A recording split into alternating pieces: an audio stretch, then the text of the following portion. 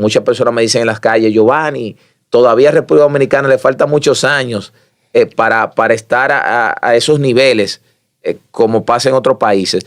Pero nosotros también observamos, querido hermano, que se ha degradado mucho la política en República Dominicana. En la época que nosotros empezamos, quien te habla, y sé que también de tu parte, teníamos referentes. Y hoy en día, ese populismo político sí ha llevado esos referentes profesionales, académicos, que eran un norte a seguir en la política. ¿Cómo tú ves eso internacional y aquí? Bueno, pero es que nosotros tenemos un desfase en un sentido. Nosotros comparamos tanto nuestras tantas carencias que existen, que están ahí, con ese sueño americano que se ha vendido, que ya no existe, la burbuja se explotó. Sin embargo, no vemos a la región, y de todos los países de la región, con la excepción de Costa Rica, creo, nosotros somos el más estable. Y nosotros nos quejamos mucho de nuestra clase política, que es bastante pintoresca. Sin embargo, esta clase política fue la que, con un fraude demostrado en las elecciones del 94, fue capaz de ponerse de acuerdo y buscar un bajadero que se evitó un derramamiento de sangre, que a José Francisco Peña Gómez le dijo un alto militar, tenemos el fraude, vamos a tirar al pueblo a las calles. Y fue capaz de decir no, porque sabía lo que pasó en el 65. Y tenemos un ejemplo latente. Las elecciones municipales de febrero del 2020 se suspendieron. Y aquí estaban todas las condiciones para que se hubiera un desbordamiento social. Y de nuevo la clase política tuvo la altura de las circunstancias. ¿Que hay sus errores? Claro que sí, pero sin embargo, mira a Gustavo Petro en Colombia, el primer presidente de izquierda que tuvo ese país en 200 años. Un hombre que se desmovilizó de las guerrillas, que creo que era en el MR-20 que estaba. Y ha sido un fracaso. Todo se descubrió de los dineros calientes de él. Un hombre que condenaba a Samper, que tuvo los dineros calientes, los 8 millones de dólares que le dio el cartel de Cali. Vale. Pero él tenía un militar muerto ahí porque guardaban supuestamente el dinero en apartamentos. Chile, Gabriel Boric, un fracaso. El Chile tuvo una implosión en el medio de la pandemia, que la gente quería desbaratar los fondos de pensiones porque estaban pasando trabajo. Argentina, y no me lo vayan a tomar a mal, si tú vendes un argentino por lo que él cree que vale, y lo compra por lo que vale para venderlo por lo que él cree, tú haces un negocio del siglo. Argentina tiene democracia desde 1983 porque Raúl Alfonsín la ganó. La pudo evitar otro cuartelazo. Y tuvo el apoyo de Antonio Cafero, que representaba al Partido Justicialista, al peronismo. Y ahora tiene a Javier Milei, que yo creo que va a ser lo que necesitaba la Argentina, porque durante el peronismo se deformó y pasó a ser el kirchnerismo. Y empezó esa claque de Chávez, Cristina. Saco a Lula de ahí, a Mujica, porque aunque Lula tuvo los vínculos, sí hubo un cambio en Brasil. Por algo volvió 4 años después. Que despensaban, a mí me dijeron que yo estaba loco cuando dije, no entienden lo que hace Lula cuando va al sindicato metalúrgico, que dijo, podrán cortar todas las rosas y no podrán detener la primavera, citando a Neruda. Él no estaba ahí luchando por su libertad, era por su prestigio político. Porque si él permitía que Sergio Moro lo sacaba esposado y vencido, ¿qué iba a tener para competir? Lo mismo que hizo Maduro con Leopoldo López. El problema es que la única forma de sacar al chavismo de Venezuela ya no es por ninguna vía democrática, porque no han dejado alternativa. Cuando a Leopoldo López lo arrestan, ¿qué fue lo primero que pidió Maduro? Que no le permitieran hablar en la prensa. ¿Por qué hace eso? En el 4 de febrero, cuando Chávez intenta el golpe de Estado contra Carlos Andrés Pérez, Chávez se hizo presidente por una sola cosa. Inició el camino al Palacio Nacional, al Palacio de Miraflores. Cuando le ponen la prensa, las cámaras en el rostro y dice, bajen las armas. Los objetivos que nos hemos planteado no los hemos podido conseguir por ahora. Que incluso él lo relata en una entrevista cuando le van y el padre va a confesarlo y le dice, ten fuerza, que allá afuera hay un pueblo de amor que te espera. Ya le estaba entendiendo lo que le estaban diciendo. Él se volvió la figura de la oposición, de un país que ya estaba cansado de los políticos tradicionales. Cuando la gente quiere comparar el sistema, la gente está hastiada aquí, pero es porque es natural. Uno se cansa, y me duele decirlo, tomarlo de ejemplo, no me duele, porque luego van a decir que estoy diciendo que es algo personal, pero Leonel Fernández ha sido candidato ya 4 veces y quiere una quinta.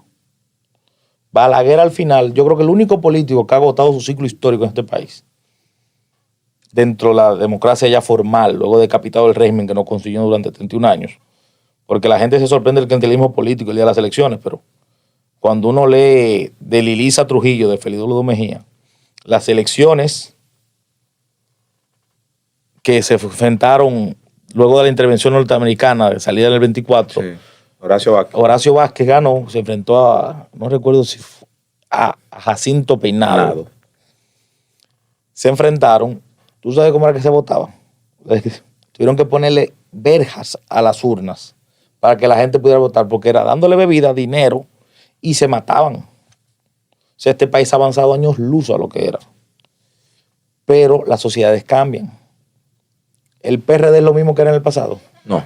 ¿El Partido Reformista es lo mismo que era en el pasado? No.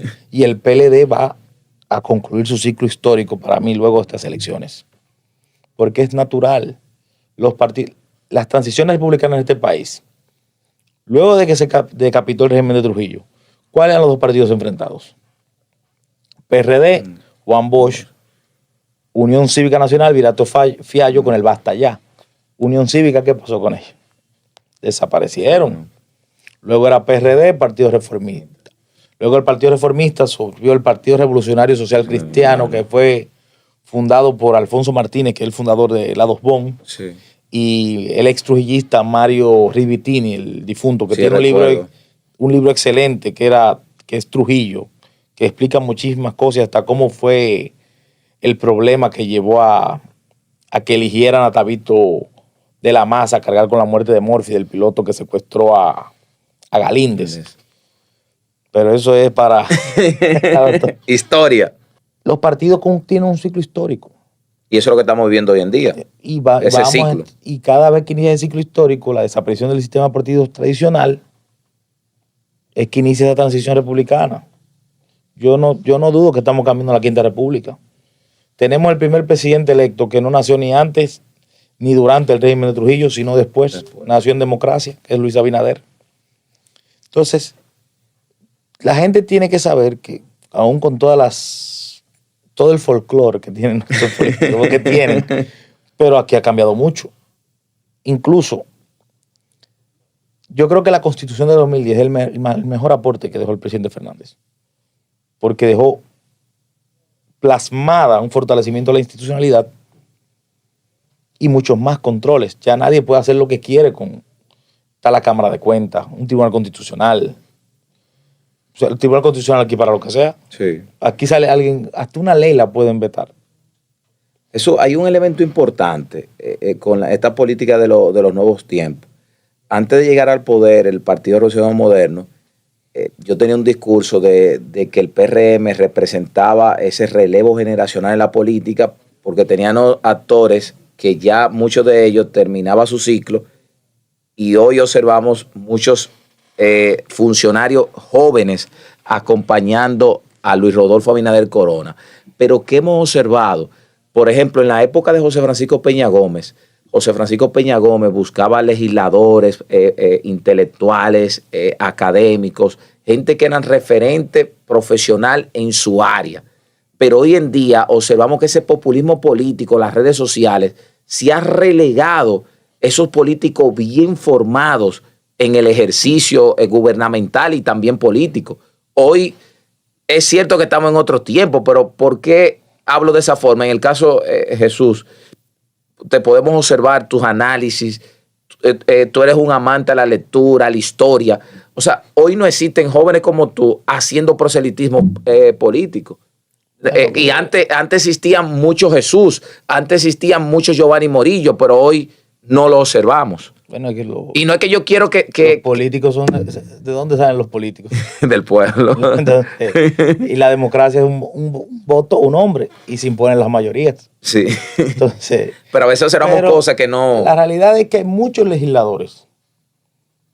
Yo he tenido la oportunidad de ver la gente del Congreso, que son referentes de trabajo y de intelectualidad. El problema es que aquí en el inmediatismo lo sacan fuera de base y ya no quitan la percepción nunca de que son... Como hay otros que dejan mucho que desear. Sí. En todos los lados hay así, pero la gran mayoría de los legisladores, específicamente en la Cámara Baja, bueno, no lo he dicho yo, lo dijo Julio Martínez Pozo una vez, que el filtro constitucional del Poder Legislativo se ha constituido la Cámara Baja, la Cámara de Diputados. Un ejemplo de eso fue la ley de extinción de dominio. Todas esas observaciones de inconstitucionalidad, ¿quién las corrigió? El presidente Alfredo Pacheco. Entonces... O sea, que podemos decir que sí, que tenemos referentes en estos tiempos, pero claro, sí. Pero yo tengo el privilegio de trabajar con uno que se llama Aníbal Díaz. Y ha sido en la Comisión de Turismo ha sido ejemplar. La ley de salud mental necesaria y la continúa empujando aún con sectores de poder en contra. Entonces sería que hay muchos buenos, pero se ve poco. Se ve mal el bulto, como quien dice, lo que se ve mal. Te voy a dar el mejor ejemplo. En tu casa son 3 hermanos. Es un ejemplo. ¿Cuál es el que siempre tiene la atención? El necio. El necio. Eso es normal. Y eso pasa en la política. Claro que sí, porque ¿quién es que le vende, le genera view al periódico? El político necio. Todos quieren la noticia del que hace el lío. Pero el que hace el trabajo del día a día pasa desapercibido.